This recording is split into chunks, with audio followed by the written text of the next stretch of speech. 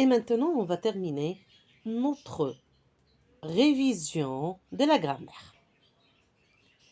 Le singulier et le pluriel, on va ranger les mots dans les bonnes cases.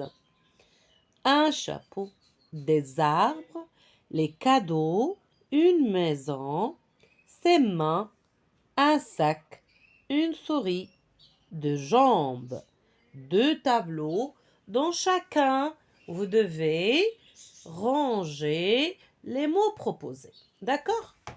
Donc, je vais essayer de vous expliquer un petit peu.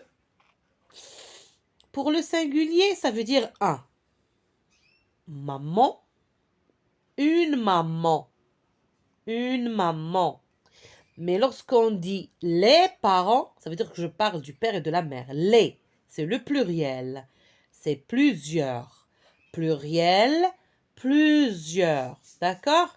Singulier, seule, une seule personne, un seul objet. D'accord? Un bureau, les bureaux. Un bureau, ça veut dire un. Ou bien le. Et le nom singulier, il est accompagné par un déterminant au singulier. Et le nom pluriel est accompagné par un nom au pluriel. D'accord? Maintenant, si vous avez bien compris, on passe à l'autre exercice. Pardon. Le singulier et le pluriel. Écris les noms au pluriel. Un chat, un loup, une voiture, la sorcière, le four, la maison. On va transformer le singulier au pluriel. Et bien sûr, si je transforme le déterminant, je dois transformer aussi le nom. Ça veut dire les deux éléments. Un, je vais le mettre au pluriel. Chat aussi au pluriel. Un au pluriel. Loup au pluriel. Ainsi de suite. C'est compris? Voilà. On passe à l'autre exercice. Et la réponse, je vais la donner après. D'accord? Les corrections après. Le singulier toujours et le pluriel. Donc, chat, on va ajouter soit un, soit une, soit des, si c'est le pluriel. Est-ce qu'on dit un chat, une chat? Pour le pluriel, c'est clair. Oui ou non? Girafe, il y a S à la fin. Donc, automatiquement, je dois réfléchir à quelque chose. D'accord? Je dois faire mon choix. Singe aussi. Tortue, rue, poupée, mur, ours. Attention pour ours. On ne dit pas ours, on dit ours. Donc, il fait partie de quoi? Il fait partie, le S fait partie du nom. On le prononce. Donc, c'est pas la marque du pluriel. Oui ou non? Loup, cheval, arbre, gomme. Vous avez bien compris? Super. Allez, maintenant, on continue toujours. On va souligner le verbe.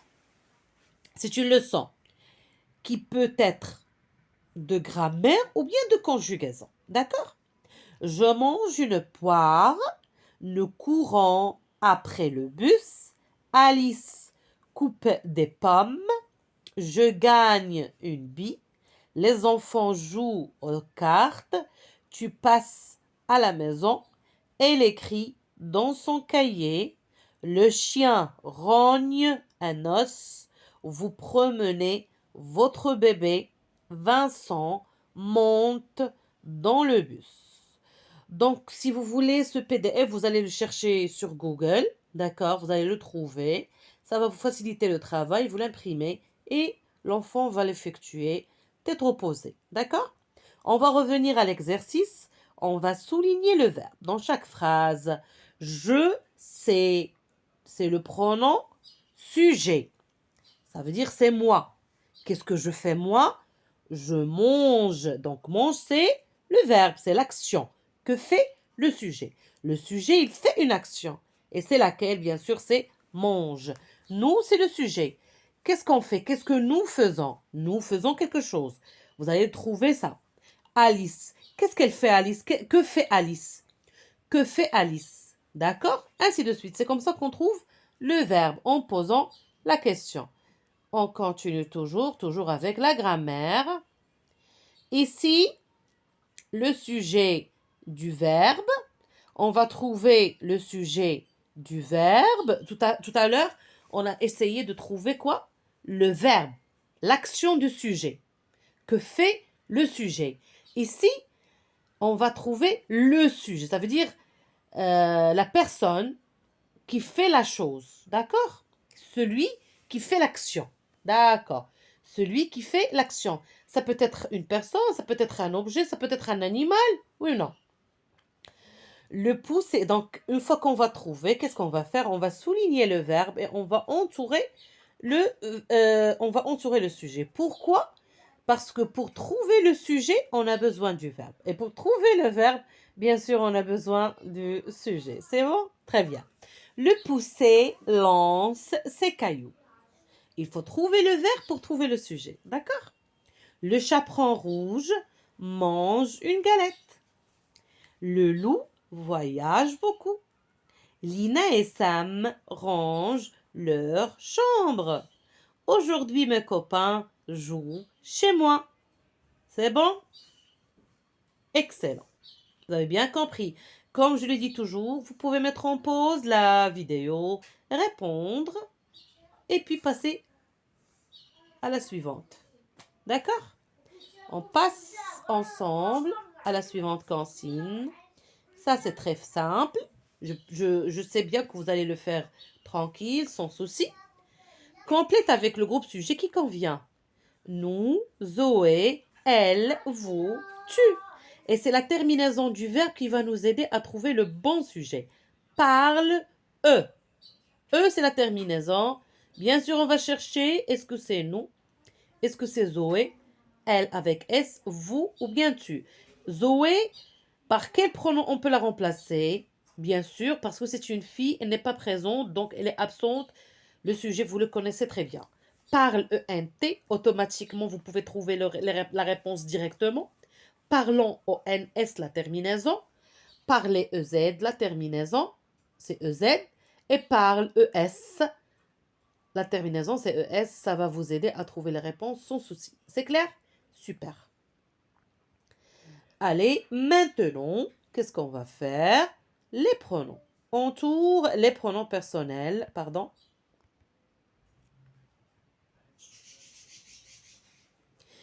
On va entourer les pronoms personnels dans ces phrases. Il ne joue pas, tu rigoles. Si tu viens chez moi, tu t'amuseras.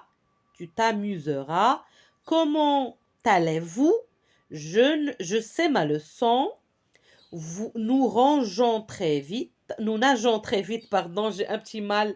J'ai un mal dans ma bouche. C'est pour cela que j'ai tendance à parler pas correctement. Je parle pas correctement. D'accord?